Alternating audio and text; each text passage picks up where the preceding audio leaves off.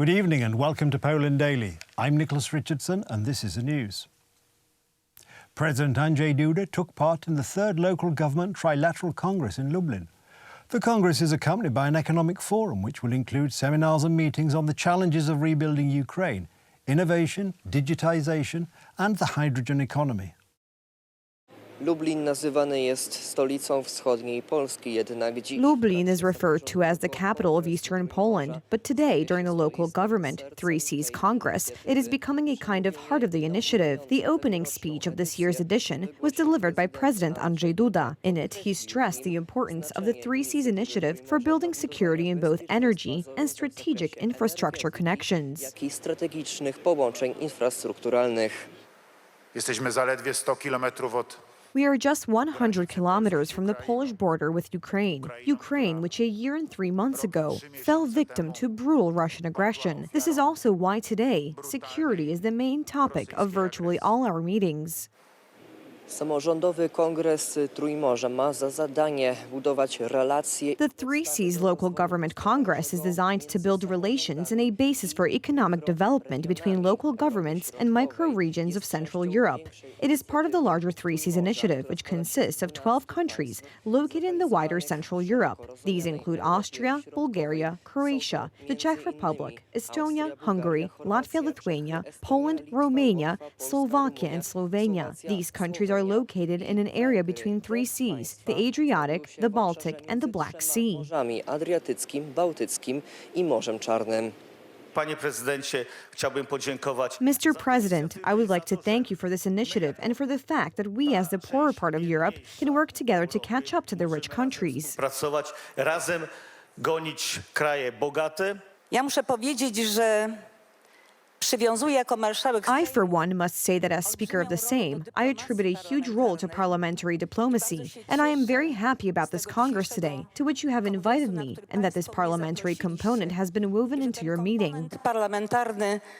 Forum jest także okazją do podpisania. The forum is also an opportunity to sign strategic documents, for example, in the field of higher education. The Minister of Education and Science, Przemysław Czarnek, signed an agreement on the establishment of a network of 3Cs universities. The goal of this initiative is to strengthen international cooperation between academic centers, student exchange, and professorial staff. Kadry profesorskiej. 13 such universities from 10 3Cs countries are starting cooperation in Lublin today in the scientific, research, and development fields in order to conduct research in areas that are essential for the development of our 3Cs countries. Cały region Trójmorza chce ze sobą współpracować. The entire 3Cs region wants to cooperate with each other. The cooperation between our universities, Sofia University, probably Plovdiv University, the American University in Bulgaria, will certainly deepen, and we hope that the whole academic world in Bulgaria will also welcome this initiative with open arms. Tą inicjatywę z otwartymi ramionami. Już jutro udział w kongresie zapowiedział prezes Rady. Prime Minister Mateusz Morawiecki has already announced his participation in the Congress tomorrow, and this second day will be devoted mainly to energy issues and building energy security. Also scheduled for tomorrow is the signing of a strategic agreement on the 3Cs Initiative Network, which will also include Ukraine. From Lublin, Łukasz Żmuda, TV Republika. Także Ukraina. Z Lublina Łukasz Żmuda, Telewizja Republika. The Supreme Audit Office has launched an audit of the Ministry of Defence in connection with the Russian missile that fell on Polish territory last December. The audit will look at the response to the incident as well as communication between the Minister of Defence and the generals. I have full confidence in the Minister and the military, and any irregularities will be rectified, Polish Prime Minister Mateusz Morawiecki stressed.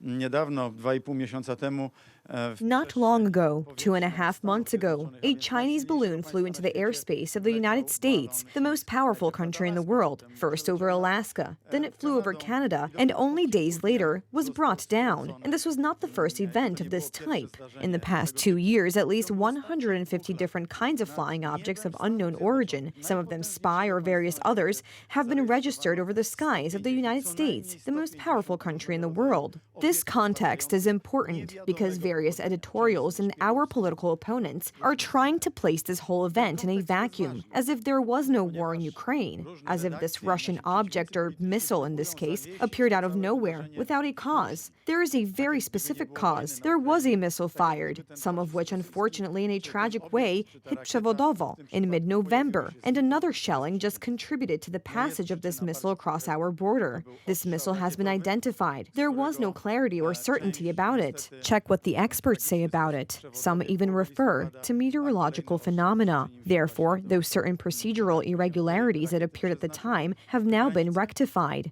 I have full confidence in the Minister of National Defense, Deputy Prime Minister Błaszczak, as well as in the military that the Supreme Audit Institution is there to inspect in the wake of signals that appear in the public space regarding certain potential irregularities. So I don't see anything special here either. Wówczas zostały teraz naprawione.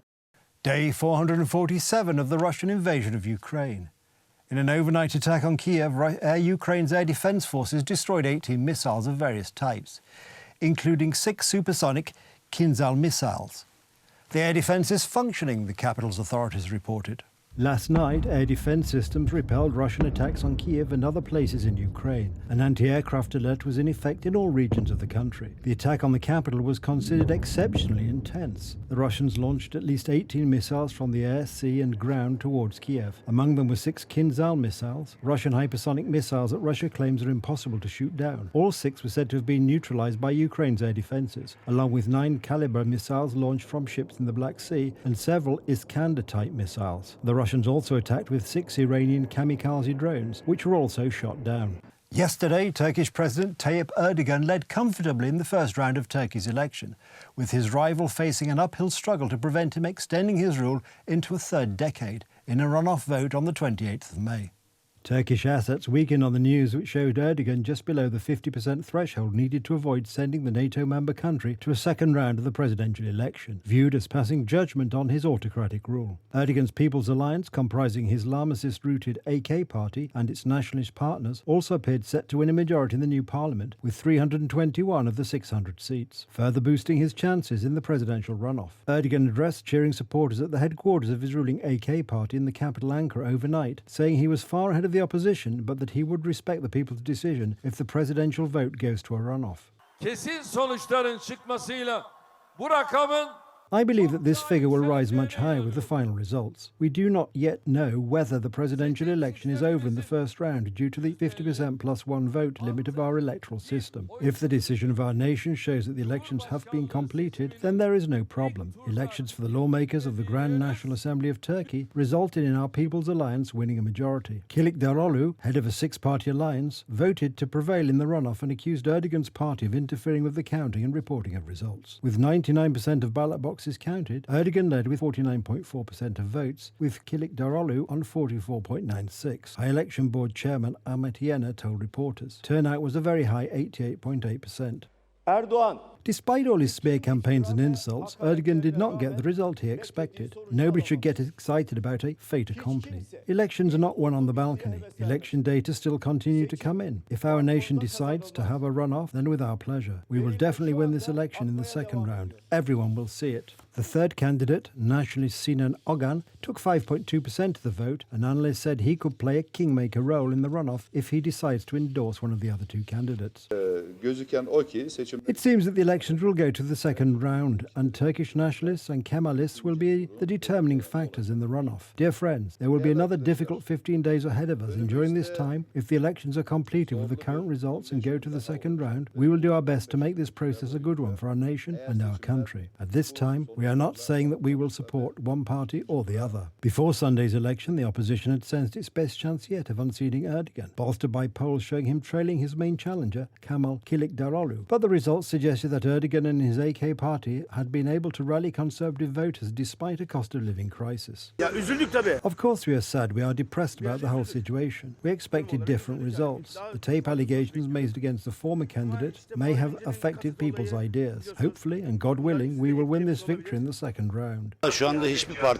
I do not think that any political party is happy with the current situation at the moment. We're in the same situation. Of course, everyone would like to see their party or presidential candidate win. We'll see see when we vote again in 15 days. I am also saying people have been given time to think. The prospect of Erdogan's rule entering a third decade will upset civil rights activists campaigning for reforms to undo the damage they say he has done to Turkey's democracy. Thousands of political prisoners and activists could be released if the opposition prevails. The election has been closely watched in Europe, Washington, Moscow and across the region, where Erdogan has asserted Turkish power while strengthening ties to Russia and putting strain on Ankara's traditional alliance with the United States. That's the news. Thank you for watching. Stay with us for the weather, Poland Daily Business and more programmes. But from me, it's have a good night and a better tomorrow.